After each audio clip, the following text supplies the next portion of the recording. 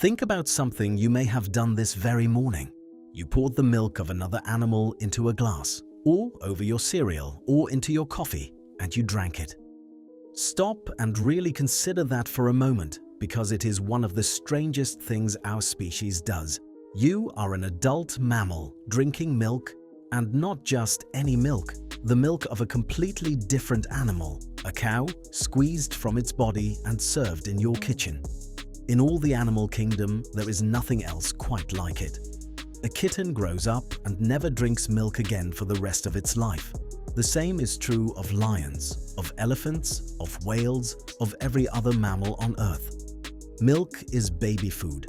It is the one thing every mammal is designed to drink at the start of life and then leave behind forever. Every mammal, that is, except us. And here is where the story gets even stranger. Because most adult humans on this planet cannot actually digest fresh milk properly. Around 2/3 of all the adults in the world today are, to some degree, lactose intolerant. If they drink too much milk, they suffer for it, with cramps, bloating, and worse. The truth that almost nobody stops to consider is this. Being able to drink a tall glass of milk as an adult with no trouble at all is not the normal, natural human condition. It is the exception. It is the result of a genetic mutation, a recent accident of evolution that most of humanity does not even carry. So the real mystery of milk is not why some people cannot drink it. The mystery is why some of us can. How did one strange food push a species to drink from another animal and then rewrite our very DNA in order to do it? To answer that, we have to go back roughly 10,000 years to the very dawn of farming. This is the history of milk. Our story begins around 10,000 years ago in the Near East, as some of the first farmers on Earth began to tame wild animals. They domesticated cattle and sheep and goats. At first, these animals were valued for the obvious things, for their meat, for their hides, for their strength in pulling and hauling. To get food from an animal, you killed it, and then it was gone. But at some point, people made a leap that seems obvious to us now, yet was quietly revolutionary at the time. They realized that a living animal could give far more than a dead one. A living sheep could give wool year after year, and a living cow or goat could give something even more nourishing again and again without ever being harmed. Historians sometimes call this the discovery of secondary products, and it transformed farming forever. And then, at some point, some brave or desperate soul looked at a nursing animal and had an idea. What if we drank that milk ourselves? It was, in theory, a brilliant move. A cow or a goat could turn grass, which humans cannot eat, into milk, which is rich in fat, protein, sugar, and calcium. And unlike killing the animal for meat, which you can only do once, milk could be taken again and again, day after day, for years. A single animal could become a renewable fountain of food. In a hungry world, that was close to magic. But there was a serious problem, a biological wall standing in the way. And that wall is the very same reason so many people struggle with milk today. Milk contains a special kind of sugar called lactose. To break that sugar down and digest it, the body needs to produce an enzyme called lactase. Now, every human baby produces plenty of lactase because every baby needs to drink its mother's milk to survive. But here is the catch. In most humans, for most of history, the body simply stops making lactase after childhood. Once you are weaned, the factory shuts down. And without lactase, that milk sugar passes undigested into your gut, where it causes pain, bloating, and diarrhea. So for those very first adults who tried drinking fresh animal milk, the experience would often have been miserable. Their bodies, like the bodies of most mammals, were simply not built to handle milk beyond infancy. It should have been a dead end, a good idea defeated by human biology. But humans are clever. And instead of giving up on milk, they invented a way around their own bodies. They invented technology. The discovery was this: if you do not drink milk fresh, but instead let it ferment, let it sour and transform, something wonderful happens. When you turn milk into cheese or into yogurt, much of that troublesome lactose is broken down and removed in the process. The result is a food that even a lactose-intolerant person can eat with far less trouble. Cheese and yogurt were, in a very real sense, humanity's first great biotechnology, a way to unlock the goodness of milk without paying the painful price. And so, for a very long time, this is how most people consume dairy. Not as fresh milk, but as cheese and yogurt and other fermented forms. Archaeologists have found the chemical traces of cheese making on pottery many thousands of years old, and lumps of ancient cheese preserved in tombs. Long before humans could comfortably drink a glass of milk, they had learned to eat it in a form their bodies could tolerate. The cheese board on a modern dinner table is, in truth, one of the oldest pieces of food technology we have. Around the world, different peoples developed their own brilliant ways of transforming milk. Some pressed and aged it into hard cheeses that could be stored for months or even years, a way of banking the abundance of summer against the hunger of winter. Others churned it into butter, a rich and lasting source of fat. In South Asia, cooks learned to gently simmer butter into ghee, a golden, clarified form that could survive for a very long time without spoiling in the heat. And among the horse-riding peoples of the great Asian grasslands, milk was even fermented into a mildly alcoholic drink, turning the milk of mares into a prized beverage. In every case, the goal was the same: to take a food that was hard to keep and hard to digest and turn it into something lasting, safe, and nourishing. Milk became not just a drink, but a whole family of foods, each one a small act of ancient genius. But then, a few thousand years ago, human biology itself began to change, and this is the most extraordinary part of the entire story. Somewhere among the cattle-herding peoples of the ancient world, a genetic mutation appeared. It was a tiny change, a single tweak to the genetic code, but it did something remarkable. It kept the lactase factory switched on for life. The people who carried this mutation did not lose the ability to digest milk after childhood. They could drink fresh milk as adults in any amount with no trouble at all. Scientists call this trait lactase persistence, and once it appeared, this mutation spread through certain populations with astonishing, almost explosive speed. In the language of evolution, it was one of the strongest and fastest examples of natural selection ever seen in the human story. In the space of just a few thousand years, this once rare mutation went from almost non-existent to extremely common across whole populations, especially in Europe and parts of Africa and the Middle East. Something about being able to drink fresh milk gave these people such a powerful advantage that the trait raced through their bloodlines. And that raises a fascinating question. What exactly was that advantage? Why did the ability to drink milk matter so much that it could rewrite a population's DNA in a geological blink of an eye? For a long time, the answer seemed obvious. Milk is nutritious, so of course being able to drink it freely would help you survive. But recent research has revealed that the truth is far stranger and more dramatic than that. When scientists carefully mapped out when ancient people were using milk and when the milk-digesting gene actually spread, the two did not match up the way everyone expected. People across ancient Europe had been consuming milk, mostly as cheese and yogurt, for thousands of years before the gene for drinking it fresh ever became common. The simple amount of milk people used did not explain the sudden, turbocharged rise of the mutation. So what did? The leading explanation is chilling, famine, and disease. Think about it this way. In good times, a person who could not properly digest milk might drink some anyway and simply feel unwell for a while. Unpleasant, but survivable. But now imagine a time of famine, when people are starving and desperate, and when they might drink large amounts of milk simply because there was little else to eat.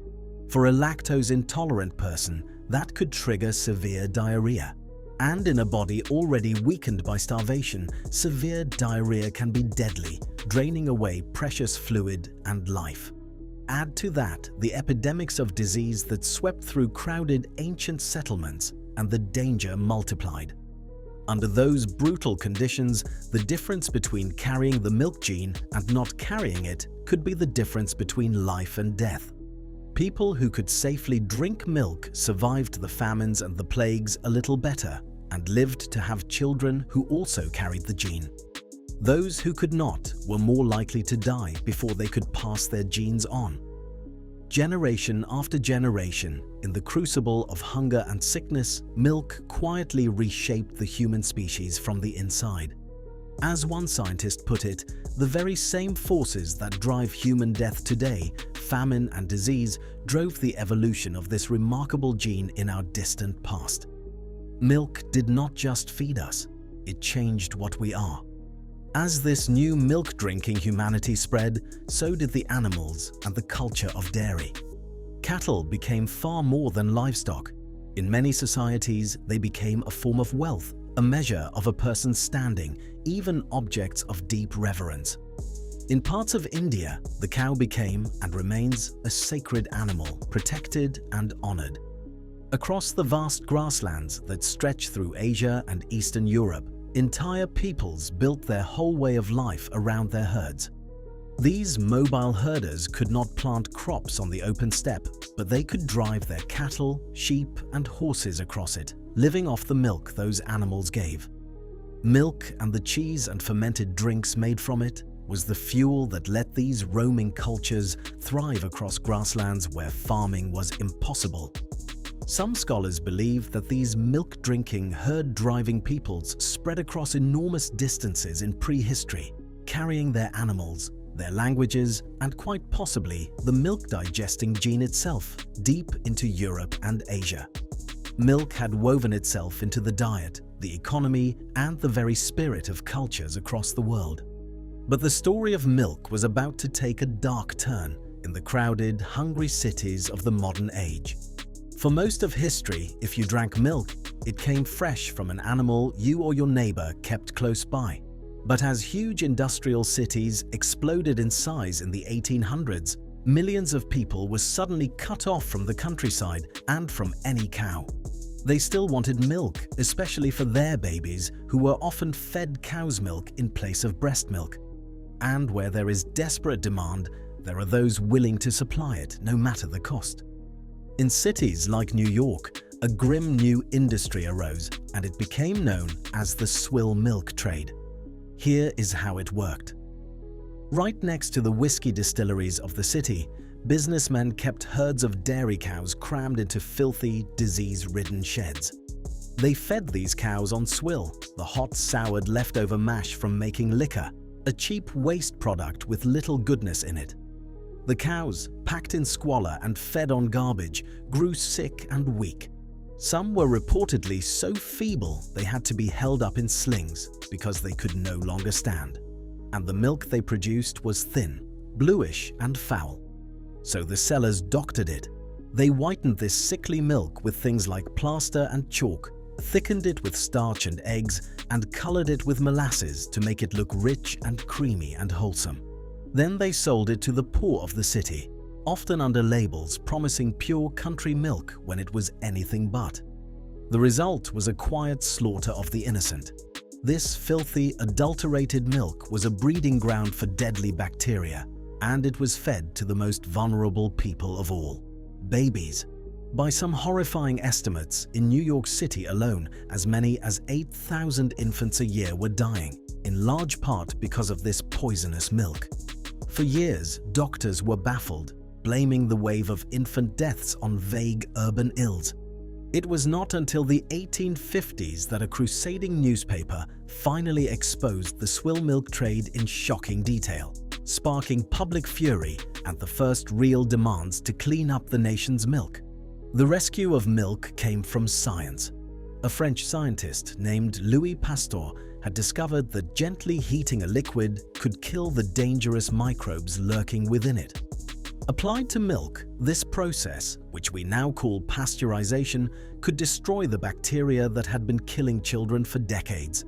Combined with refrigerated railways that could bring clean, fresh country milk quickly into the cities, and with strict new laws to regulate dairies, milk was transformed. In the space of a few decades, it went from one of the most dangerous foods a child could consume to one of the safest. And once milk was safe, something else happened. It was sold to the public like never before. Governments and the growing dairy industry began to promote milk as the perfect food, a pure, wholesome, almost magical drink that built strong bones and healthy children. Milk was handed out in schools.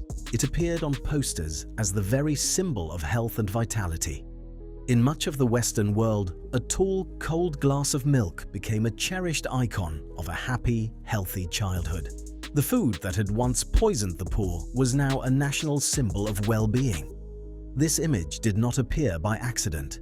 It was carefully built. Powerful dairy industries, often backed by their governments, spent enormous sums promoting milk as essential to a healthy life.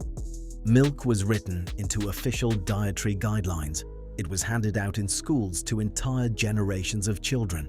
Famous faces appeared in advertisements, and catchy slogans drummed the message home that milk meant strength and health and growing up big and strong. For much of the 20th century, to even question whether everyone truly needed to drink milk was almost unthinkable. It had become one of the most successfully marketed foods in all of human history. An ordinary drink transformed into a symbol of national health. In recent decades, though, scientists have taken a more careful look at some of those bold old promises. Milk is genuinely rich in useful things, in protein, in calcium, in vitamins. But researchers have gently pushed back on the idea that it is a magical, must-have food for absolutely everyone, or that it is the only good way to build a strong body. The picture, it turns out, is more nuanced than the old advertisements suggested. Milk is a nourishing food for many people. It is simply not quite the miracle it was once sold as, and for a large part of the world, it was never a comfortable choice in the first place. Which brings us to the strange situation of milk today, and back to that mystery we began with. Dairy is now one of the largest food industries on the entire planet. Billions of animals are kept for their milk. Oceans of it are poured out every single day and turned into cheese, butter, yogurt, cream, ice cream, and countless other products, an enormous global machine feeding a global appetite. And yet, hovering over this whole towering industry is that one stubborn, astonishing fact. Most of the human species still cannot properly digest the fresh milk at the heart of it all. That gift of the milk-drinking mutation was never shared evenly around the world. It became common in some regions, like Europe and North America, where dairy remains a huge part of the diet. But across much of the rest of the world, including large parts of East Asia, most adults never gained the ability to comfortably drink fresh milk at all. For a huge share of humanity, a big glass of milk is still a recipe for discomfort. And it is worth saying clearly. Being lactose intolerant is not a disease, and it is not a defect. It is, in fact, the original and normal human condition, the state that very nearly all of our ancestors lived in. The people who can drink milk freely are the unusual ones, the descendants of those who happen to inherit that ancient mutation. So the world today is quietly split into two kinds of people, divided by a tiny difference in their genes, a difference that traces all the way back to those prehistoric ages of hunger and disease. This deep divide is quietly reshaping the modern world once again. In recent years, there has been an explosion of so-called plant milks, drinks made from oats, soy, almonds, and rice, designed for the enormous number of people who cannot or choose not to drink the milk of an animal. In a sense, we have come full circle. Just as our ancestors invented cheese and yogurt to get around their own biology, we are now inventing entirely new drinks to do the very same thing. There is another modern reckoning too. That vast global dairy industry comes at a heavy cost to the planet. Keeping billions of cattle requires enormous amounts of land, water, and feed. And the cattle themselves release large quantities of methane, a powerful greenhouse gas, simply as a natural part of their digestion. As the world grows more crowded and the climate grows more fragile, more and more people are asking hard questions about the true price of all that milk, cheese, and butter. The food that once helped our ancestors survive famine now sits at the center of a very modern debate about the future of the planet itself. For some, the plant-based drinks are not just about digestion, they are about treading a little more lightly on the earth. So think about the whole journey. A wild idea 10,000 years ago to drink the milk of another animal, an idea that first made people sick. Rescued by the ancient invention of cheese and yogurt, which let humans eat milk their bodies could not yet handle. And then, in one of the most dramatic chapters in the history of our species, milk pressed so hard on human survival through famine and plague that it changed our very genes, giving some of us the power to drink it and leaving most of the world without. Turned into a sacred animal, then into a global industry. Once a quiet poison in the slums, then a symbol of perfect health, and today, a colossal business built on a food that most human stomachs still reject. The next time you pour yourself a glass of milk, or slice a piece of cheese, or spoon up some yogurt, remember what you are really holding. Not just a simple drink, but a food so powerful it rewrote the human genome. A food that half the world cannot stomach, and that the other half owes to a tiny genetic accident buried deep in the story of their ancestors. Whether your body welcomes that glass of milk or quietly protests it was decided thousands of years ago, in ancient times of hunger and disease you will never see. If this story surprised you, subscribe for more deep dives into the hidden histories behind the everyday things all around you. Drop a like if you learned something new, and leave a comment telling me whether you can drink milk with no trouble or whether your body is one of the 2/3 that would rather you didn't. There is a lot more history still waiting to be uncovered.